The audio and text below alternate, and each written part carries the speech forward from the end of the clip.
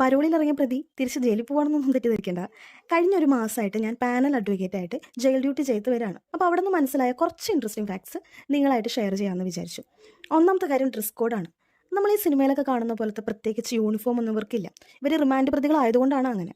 പക്ഷെ എല്ലാവർക്കും ഒരു സ്പെസിഫിക് ഐഡന്റിഫിക്കേഷൻ നമ്പർ ഉണ്ട്. അതിനെയാണ് RP നമ്പർ എന്ന് പറയുന്നത്. രണ്ടാമത്തെ ഫ്രീ കോൾ ആണ്. ഒരൊറ്റ തവണ മാത്രം കിട്ടുന്ന സൗകര്യമാണ് ഫ്രീ കോൾ ഫെസിലിറ്റി.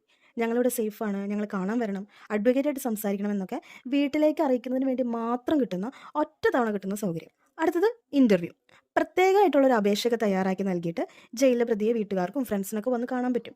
അതുപോലെ തന്നെ അവർക്ക് വേണ്ട ഡ്രസ്സ്, സോപ്പ്, പേസ്റ്റ് തുടങ്ങിയ ബേസിക് ആയിട്ടുള്ള സാധനങ്ങൾ ആ സമയത്ത് കൊടുക്കാൻ പറ്റും. പക്ഷേ ഇതൊക്കെ പോലീസുകാരുടെ സ്ട്രിക്റ്റ് മോണിറ്ററിംഗ് കഴിഞ്ഞിട്ടേ കൊടുക്കാൻ പറ്റും. പിന്നെ നിശ്ചിത ദിവസങ്ങളിൽ സമയത്ത് അവർക്ക് ഡോക്ടറുടെയും അഡ്വക്കേറ്റിൻ്റെയും സേവനം കിട്ടും. അതാണ് ഞാൻ ചെയ്തു വരുന്ന ഡ്യൂട്ടി. അവർക്ക് വേണ്ട സംശയങ്ങൾ ചോദിക്കാനും അഡ്വക്കേറ്റ് ഇല്ലാത്തവർക്ക് ഫ്രീ ലീഗൽ എയ്ഡ് വഴി ഒരു അഡ്വക്കേറ്റിനെ അപ്പോയിൻറ്റ് ചെയ്ത് കൊടുക്കാനും ഒക്കെ ഈ സേവനം കൊണ്ട് യൂസ് ചെയ്യും. ലാസ്റ്റ് ബട്ട് നോട്ട് ലീസ്റ്റ്, വിവാദങ്ങളൊക്കെ ശരിയാണ് ഗൈസ്. ജയിലിൽ മെനു ഉണ്ട്. ആ മെനു അനുസരിച്ചിട്ടാണ് അവർക്ക് ഫുഡ്. മാത്രമല്ല, ഗാർഡ് ഓഫീസർ ആദ്യം ഇത് കഴിച്ചു നോക്കി ടെസ്റ്റ് ചെയ്തതിന് ശേഷം മാത്രമാണ് ഇവർക്ക് വിളമ്പുള്ളൂ. ഹൈ സെക്യൂരിറ്റിയാണ്. അപ്പോൾ ജയിലിൽ കിടന്നിട്ടുള്ളവർ ഇവിടെ കമൻറ്റ് ചെയ്യൂ. ഓക്കെ, അടുത്ത വിശേഷം അടുത്ത വീഡിയോയിൽ കേൾക്കാം.